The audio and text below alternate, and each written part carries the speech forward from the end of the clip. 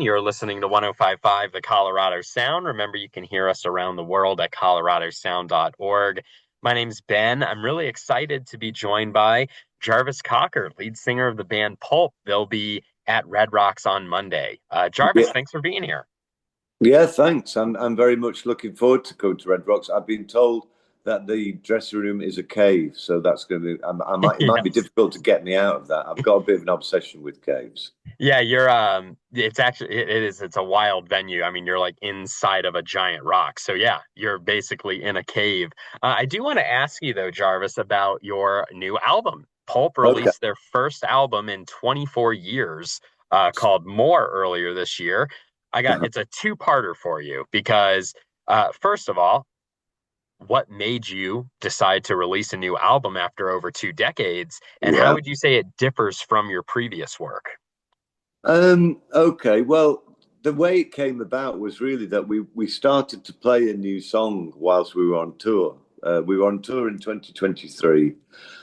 There was a song that I'd written for a stage production in the UK, a play called Light Falls, written by a playwright called Simon Stevens, and we played that song, and it went down okay. So I thought, okay, let's see if we can do some more. So we wrote a couple of other songs, and in my mind, I thought, okay, maybe we could do an album, but I knew the band would be scared about that because the last two Pulp albums had taken a long time. So I said we were just doing them to play live, and then eventually had to admit that I would like to make a record. That's And great. as for how it was different, um, well, the main difference was because I didn't feel like I was having to cajole the band, but I knew that the reason why those two Pulp albums, the last two Pulp albums before More, had taken so long was really down to me. I would change my mind on lyrics and things and stuff. So I'd always had this habit that I wouldn't write the lyrics until like maybe the day before we were going to record the song. Wow. Uh, and I thought, I'm getting on now. Maybe I could try and mature a little and write the words before we went into the studio. And Wow. yeah, and I know, amazing insight I got there. But the thing is, it made the whole process so much easier because I was a lot more relaxed because I I used to get really uptight in the studio because as soon as the music was finished, I never wanted the recording the music to finish because then I knew that was when I had to write the words. I would have ideas for words and I might have one or two lines, but I wouldn't have the whole lyrics. So this time going in with the words was good for me feeling relaxed, but also I think really helped the record because the producer, James Ford, what he would do is when we'd recorded the backing track to a song, he would say, can you just do a guide vocal so I know where the gaps are? So I would do that. And on the finished record, I would say 80% of the vocals is what I recorded immediately after doing the song. And I never would have been able to do that before because I wouldn't have written them. So I've learned a lesson. Any young songwriters or people who are thinking of going into a studio, that is my advice for you. Write the words before you go in the studio. And now I'm trying to picture Pulp as like an instrumental band. I would say that your band, a band that's reached a very high level of success, you followed a more traditional path. I mean, some bands were lucky enough to have their breakthrough album be their debut album, but that's not the case for Pulp. You guys have been around you'd been making albums for over a decade before you finally broke through in the mid Yeah, 90s. What yeah. was that feeling like, though, when you finally reached that? You finally got the spotlight that you deserved. Um, Yeah, it was amazing. I mean, the time when we that became clear to us most vividly, I suppose, was when we were called in to replace the Stone Roses at very short notice. Oh, They, wow. yeah, they were supposed to be headlining on the Saturday night of Glastonbury Festival, and John Squire fell off a mountain bike. I think here in the US, he was going down Mount Tamalpais, I think, and he fell off.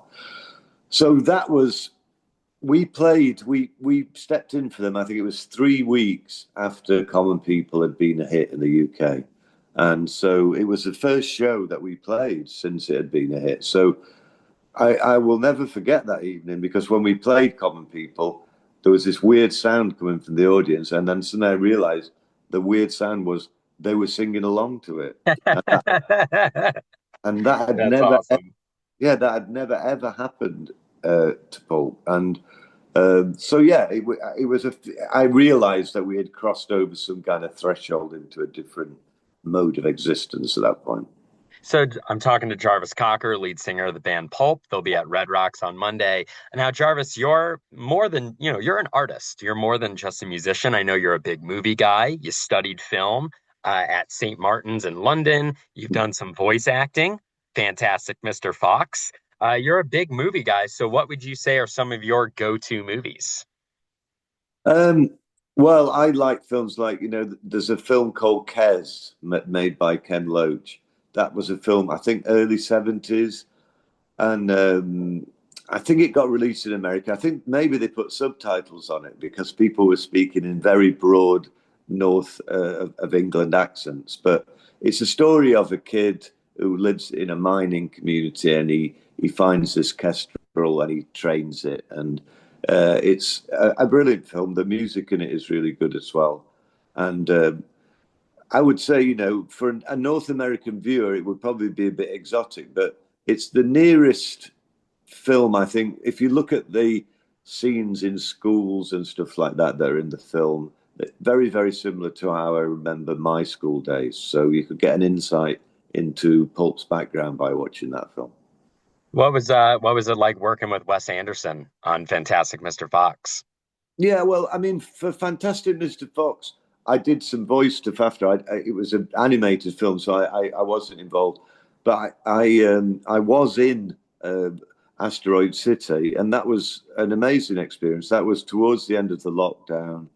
Uh, all the people who were in the film, they all had dinner together at night, and seeing how Wes works, he it's a bit like going back to film school in a way because what he does, say for instance, with Asteroid City, there was a library of DVDs, things that could help people get in the right mood or things that had influenced how he was going to make that film, and also people could show their own movies or things that they'd worked on. So it was a really good creative atmosphere to be in. I loved it. I have, I have one more for you, Jarvis, and I ask this to every band or artist that I talk to. So I'd love to Okay. hear it from you. So the radio station that we're on is 105.5 FM. It's 105.5 the Colorado Sound. So Yeah. what band or artist would you drive 105.5 miles to go see? And it can be any band or artist ever. What bands that still exist? It can be any band ever. It could be Beethoven. You just have Oh, right. to drive 105.5 miles to go see them. Oh, well, I would go and see Scott Walker, I guess. Uh, Although he never ever played any concerts. But if I'd have heard Scott Walker was doing a concert, I would have driven anywhere in the world to go and see that. I love his voice. I did get to know him a bit because he produced a Pulp record, and he was a unique guy. And yeah, I would go to another planet to see him if he was playing.